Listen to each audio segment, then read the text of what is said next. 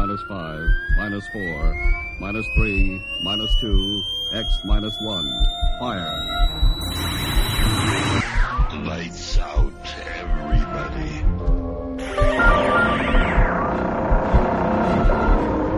The creaking door. Dimension X. Inner Sanctum Mystery. X minus 1. Dark fantasy.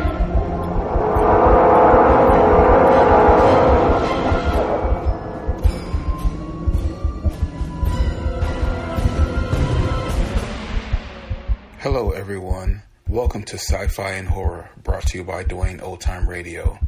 Sci-Fi and Horror features some of the best programs from the golden age of radio, including X-1, Orbiter X, Dimension X, Slot X's, Lights Out, Ray Bradbury, Dark Fantasy, and many, many more. Also, my podcasts are free of ads, so you can enjoy the programs commercial-free. If you would like to donate a few dollars to help me cover the cost of creating these weekly posts, you can donate to my channel. On the bottom of each post, there is a donation link in your preferred podcast player. Anything you donate is extremely helpful and appreciated. We get an extra episode this month because there are 5 Wednesdays in this month. So with this week we have Future Tense, which is a more modern drama. They do their own versions of old Dimension X and X-1 programs. This one is a redo of the story A Pail of Air. And this one aired May 20th, 1974. Now, and every Monday through Thursday, it's time for Future Tense. Entertainment for the entire family, produced right here in Kalamazoo.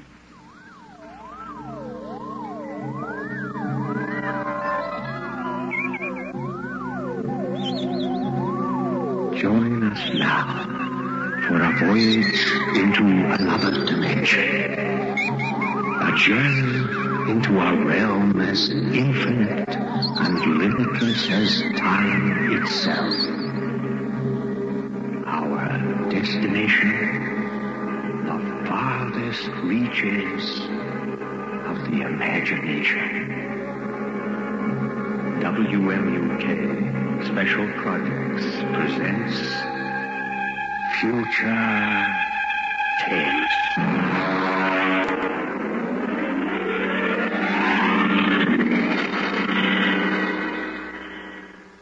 A Pail of Air by Fritz Leiber.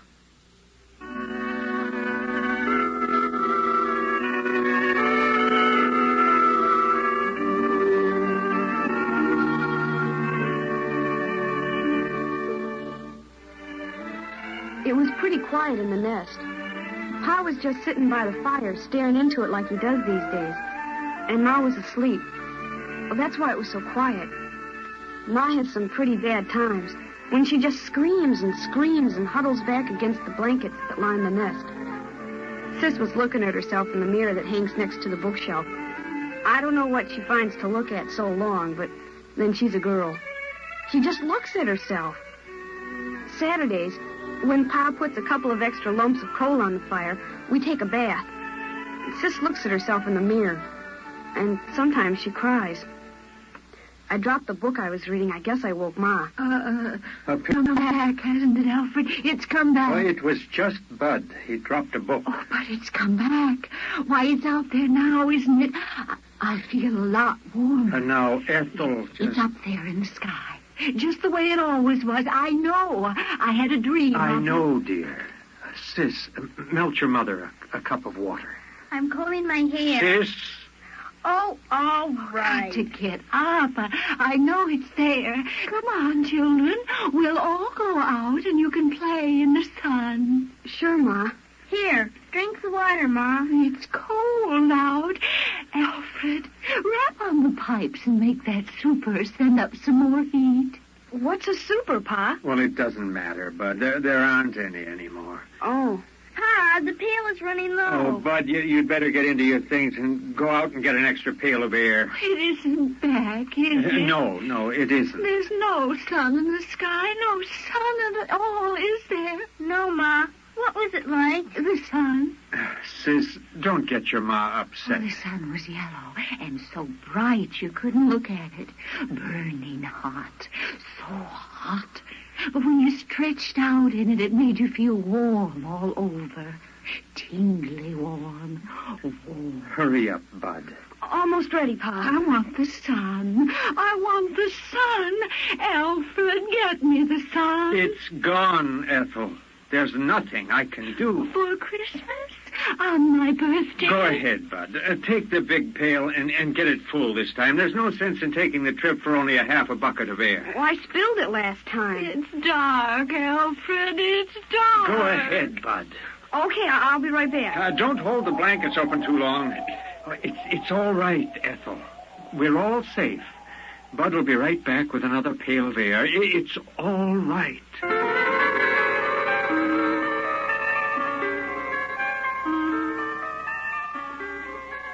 I went through the 30 or so blankets that Pa hung up to slow down the air escaping from the nest. Of course, I knew the way. I'd been going out for air since I was a kid.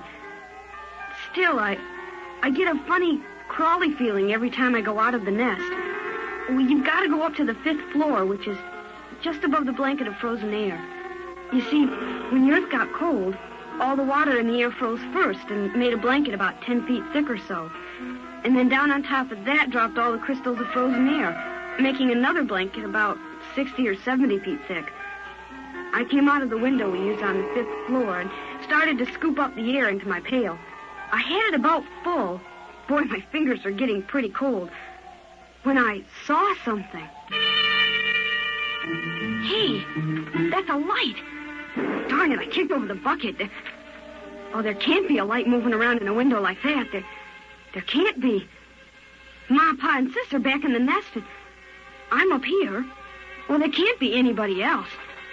Everybody on Earth is dead except us. I've got an idea how Mom must feel sometimes. The way she sees things. But there it was, moving around in the building across the way. I stood there, shaking, and I almost froze my feet. So I hurried and scooped up another bucket of air and headed back for the nest as fast as I could. Pa, I saw something. Oh, go on. Hang up those outside clothes up by the fire. Pa, I saw something. I did. Shh, your mother is quiet now. Don't upset her. Pa, it was a light. Wait until I get this air next to the fire. Shall I put on another lump of coal, Pa? No. The oxygen from this bucket will get the fire up when it begins to melt. There. Pa, I'm trying to tell you. I saw something up there, a light. There are lots of lights. Stars. I know what a star looks like, Dopey. They're big, steady white lights in the sky. Well, this was down here in the building.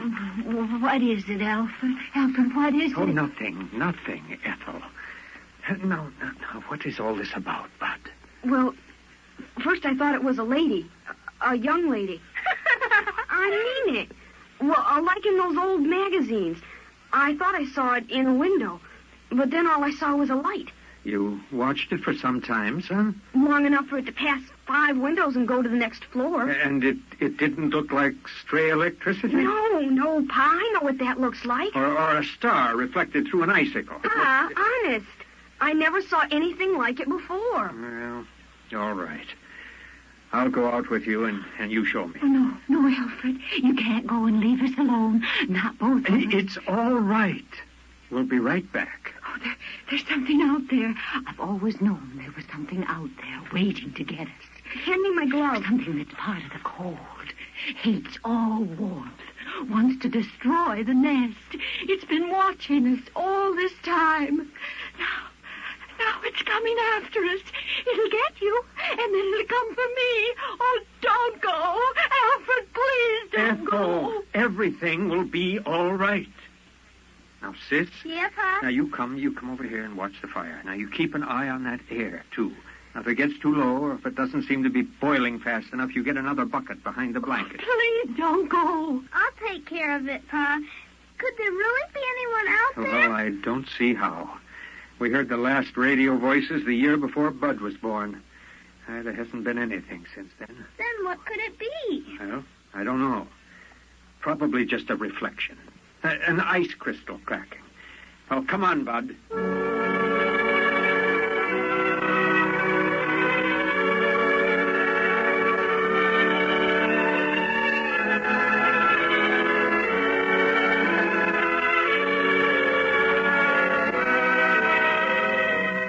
It's funny. When I go out alone, I'm not scared or anything. But when I go out with Pa, I always hang on to his belt like I used to when I was a kid. Habit, I guess. It's just the same no matter what trip we take. On the 5th floor, we stopped to rest. We were in the room with the frozen people. The lady sitting looking at the door. And the man holding his hands over that funny metal thing that Pa calls a radiator. It was like a fire, I guess, but I don't see any place for the coal. We put our helmets together so we could talk. Catch your breath, son. Pa, would it be possible, I mean, for any of the frozen people to come to life? Well, like the ones down in the basement or near the furnace when we go for water. Oh, no, they're dead. They were caught too quickly when it happened. Well, how do we know we're the only ones, Pa? Well, we don't, but... Well, there's the feeling you get. Because it's always night. There used to be some of that feeling every night in the old days, but the sun chased it away every morning. Well, you wouldn't know about that. You weren't born when the dark star pulled us away from the sun. You wouldn't know unless you'd seen the sun. I've seen the sun. It's that big star at the end of that Big Dipper. I've seen it. Well, it isn't the same. Well, come on. We're wasting time.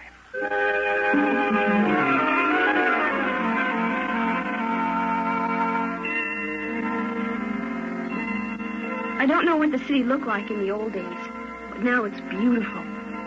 Starlight lets you see it pretty well. We're up on a hill, and the plain slopes down away from us. Some taller buildings push out of the plain, and they're topped by rounded caps of air crystals. Well, some of them are on a slant, because a lot of the buildings are badly twisted by the quakes and everything, and when the dark star pulled the earth away from the sun. Well, that's why Pa can't seal off the nest airtight. The building's twisted too bad. Besides, we have to keep the chimney open. We touched our helmets together so we could talk. Was that where you saw it, son? It isn't there anymore. Uh-huh. But it feels different. I mean, as if there's something out here, waiting. Bud, if you see something like that again, don't tell the others. Huh? Why not? Well, your ma's sort of nervous these days, and we owe her all the feeling of safety we can give her. Once when your sister was born, I was ready to give up and die. But your mother kept me trying. Another time, she kept the fire going a whole week all by herself when I was sick. She couldn't do that now. Well, not the way she is. You know the game we sometimes play, tossing the ball around? Well, courage is like a ball. A person can only hold it so long, and then he's got to toss it to someone else. And when it's tossed your way, you've got to catch it and hold it tight. I hope there'll be someone else to toss it to when you get tired of being drained. Yeah, I guess so. Well, come on. We'll fill up the pails and get back. But what about whatever it is out here? Well, we'll just have to wait and see. Come on, before the helmets frost over.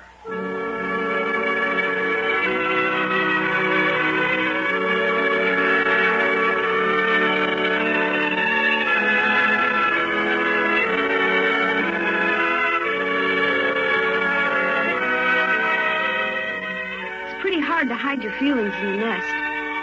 I mean, there's just room for the four of us. The blanket overhead just touches when Pa stands up straight. The floor's all covered with thick, woolly rugs. Pa says it's inside a much bigger room, but I've never seen the real walls or ceiling. Well, anyway, Pa laughed and kidded about what I'd seen. He said I had an imagination, but we could tell he took it serious. It was Sunday morning by the clocks that Pa kept all wound up on the shelf. So it was time for the story. We all sat around in a circle the way we always do. Except I noticed that Pa casually took out a hammer from the shelf and put it beside him. I always liked the story. Of course, Sis and I know it by heart by now. I mean, every Sunday since we were kids. But every once in a while, Pa surprises us by telling it a little different or throwing in some extras. It starts out with a song. Ma used to sing it, but she forgets the words sometimes, and now Pa sings it mostly. Oh, beautiful for spacious skies, for amber waves of grain, thy purple... Of course, the words don't mean anything. Oh, I mean, the skies are spacious enough, but there aren't any waves of grain. And the plains are all covered with a blanket of frozen air. But it's part of the story ceremony, and Pa likes it. He says it reminds him of the old days. God shed his grace on thee and crown thy good with brotherhood from sea to shining sea. After the song, Pa starts the story. In the days of my youth, the sun hung above, golden and warm, and the earth was fruitful and multiplied, and the fields were green, and the days were glorious, and the wind blew across the hilltops. That's the part of the story I like best. About how it was with the sun. Nice and warm. It's hard to believe about all those people living without having to worry about cold and air. Never waking up sweating and screaming because they dreamed the fire went out. It's impossible to believe. But Pa was a good storyteller, and he made it seem real. And then the dark star came rushing out of space. In the beginning, they tried to keep the news from the people. But when the floods and the earthquakes started, the truth came out. At first, they thought the dark star would hit the sun. And then they were afraid it would strike the earth itself. But it didn't. It only came close.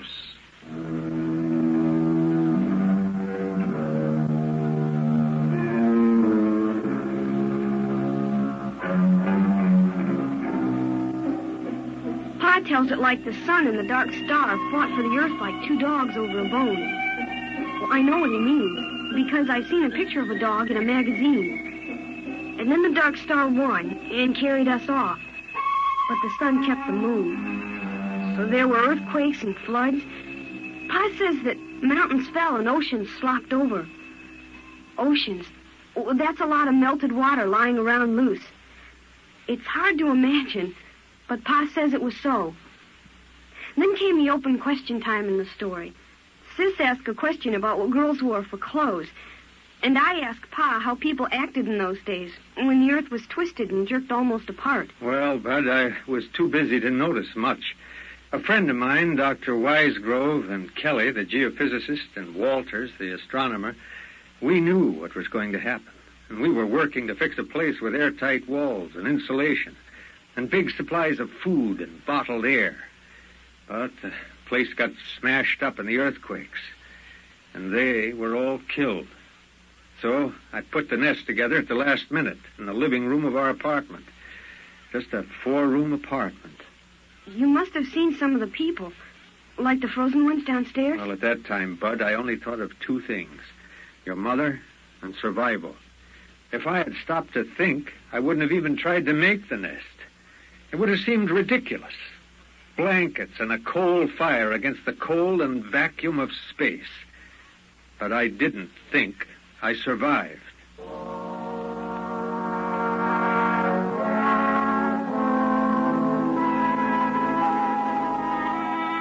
I wasn't listening carefully as Pa went on about the building of the nest. I kept thinking about something else. About that light I'd seen outside. I kept asking myself, what if the frozen people were coming to life? Well, what if something were coming from the dark star to get us? Something making the frozen people move. Well, that would fit with what I'd seen. A young lady's face on the moving light. I sat there and shivered. thinking of the frozen people with minds from the dark star, creeping, crawling, snuffing their way to the nest. And then, over beyond the blankets, I thought I heard a tiny noise. So I asked myself then, what's the use of going on? Why prolong a doomed existence of hard work and cold and loneliness? The human race is done. The earth is done. Why not give up? I asked myself. And then I did hear the noise, louder this time. And then I got the answer. The earth has always been a lonely place, millions of miles from the next planet. No matter how long the human race might have lived, the end would have to come some night. Those things don't matter. What matters is that life is good.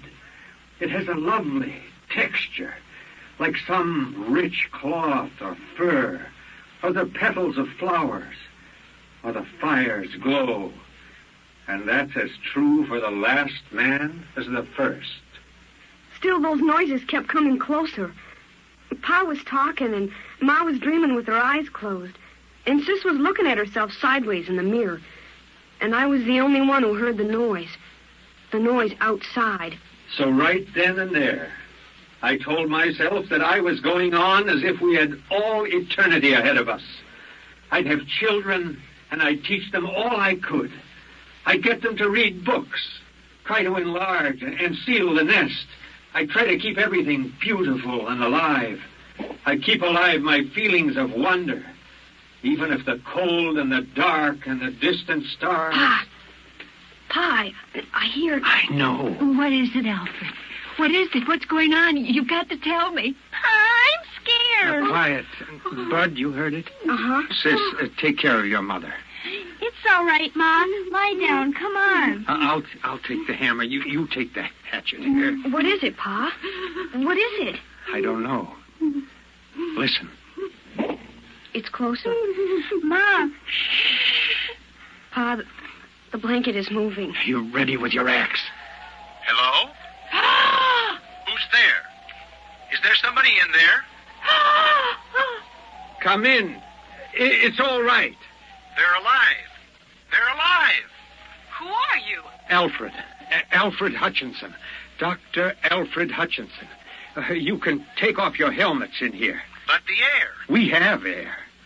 We bring it in pails. Come on, Ralph. Let's take off our helmets. Why, it's impossible. Where are you from? We thought we were the only ones. Los Alamos. The nuclear laboratory? Yes, that's right. We get our power from the reactor using a stockpile of bombs for fuel. Why, then there are others. Other men. Is it all right, Pa? Should I put the axe down? Oh, yes. It's all right. You can put it down. You mean you came from another nest? It's bigger than this. We've got a small airtight city with airlocks. We generate our own electricity and grow our food from hydroponics. Why, I can't believe it. I can't. I can't believe this. It's impossible. You can't maintain an air supply without hermetic sealing. No, it's simple. As long as you keep the fire going to melt the air and enough air boiling to keep the fire burning. How did you come here? Oh, why? Well, we keep scouting around for survivors. There are a number of colonies. We didn't expect to find anything in this city, though. But our detectors picked up a heat trace, so we tracked it down. Alfred, you're forgetting your manners. We have company. Oh, of course. Sis, throw a handful of coal on the fire. A whole handful? Oh, it doesn't matter now. Oh, and Bud, bring out another pail of air. It's incredible. And you have laboratories and transports? We only have a 2-seater Scout, but if we rip out the bulkhead to the storage compartment, we can make it all right. We can have you back to Los Alamos in 4 hours. What's the matter? Well, I guess we really hadn't thought about it that way. I wouldn't know how to act there. Besides, I haven't any clothes. It just doesn't seem right to let this fire go out. It's been 18 years, burning every minute. But you can't stay here. Ralph, But after all... Ralph. Oh, look, Dr. Hutchinson, we'll go out to the ship and bring back a small power heater. I know this is very sudden and upsetting to you. You need a chance to adjust. We'll be back in a few minutes. It's incredible. Incredible buckets of air.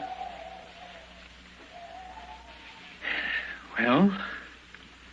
They didn't think the nest smelled so good. I could tell. She had a wave in her hair. Did you see that? And lipstick. I suppose we have to decide what to do. Pa, at Los Alamos and those other places, there will be lots of other people, won't there? Why, yes. I mean, not just your father or brother. Well, that's right. Boys? Well, I suppose so. But somehow I feel a little empty. Alfred, it's different now that we know others are alive. You don't have to feel the responsibility for keeping the human race going. I'd like to see those rockets in laboratories. Wouldn't you, Pa? Well, I suppose so. It won't be easy leaving the nest. Well, I mean, it's just right. And there's only 4 of us. It's kind of a scary idea. A big place with a lot of strangers. Oh, you'll get over that feeling, son. The trouble with the world was that it kept getting smaller and smaller until it ended with just the nest. Oh, now it'll be good to have a real huge world again. The way it was in the beginning.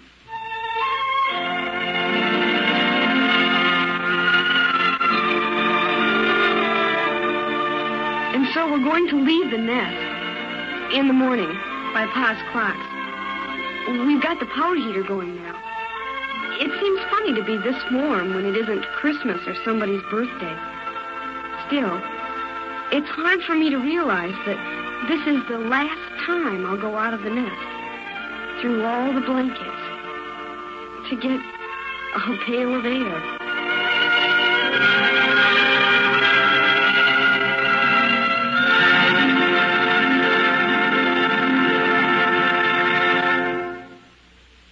WMUK Special Projects has presented A Pail of Air, written by Fritz Leiber and adapted for radio by George Leverts. Pat Pulano was featured as Bud, with Mark Spink and Peg Small as Alfred and Ethel Hutchinson. Others in our cast were Roy Beck, Rita Gillespie, and Colin Bailey. Future Tense is produced and directed by Ellie Siegel.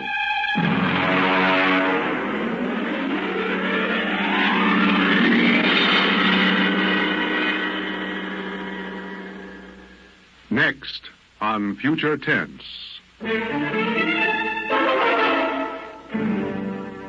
I didn't know whether she was bluffing about the electric charge, but the revolver looked real enough, so I stripped and changed into the other clothes.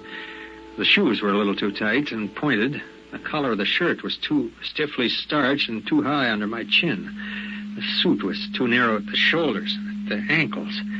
I remember my father had a suit like that, the same shiny blue serge. All right. In your pocket, you'll find a set of envelopes. You'll find a set of instructions in each. Follow them carefully. I don't get it. You will. Use the envelopes in the order they are arranged. Hey, what's this all about? Mr. Weldon, I meant it when I said this could be of benefit to both of us. There's no use explaining anything. You'll find out, and don't try to escape. It can't be done. All right?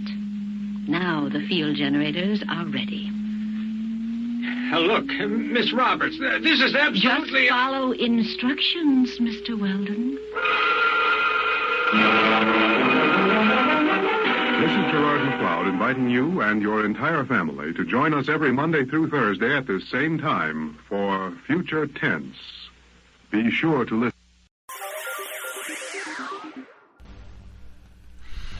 Thank you for listening. If you enjoy what I'm doing, I ask you to please subscribe to my channel or channels. Well, hope you enjoyed, and until next time, stay safe, wish you well, peace.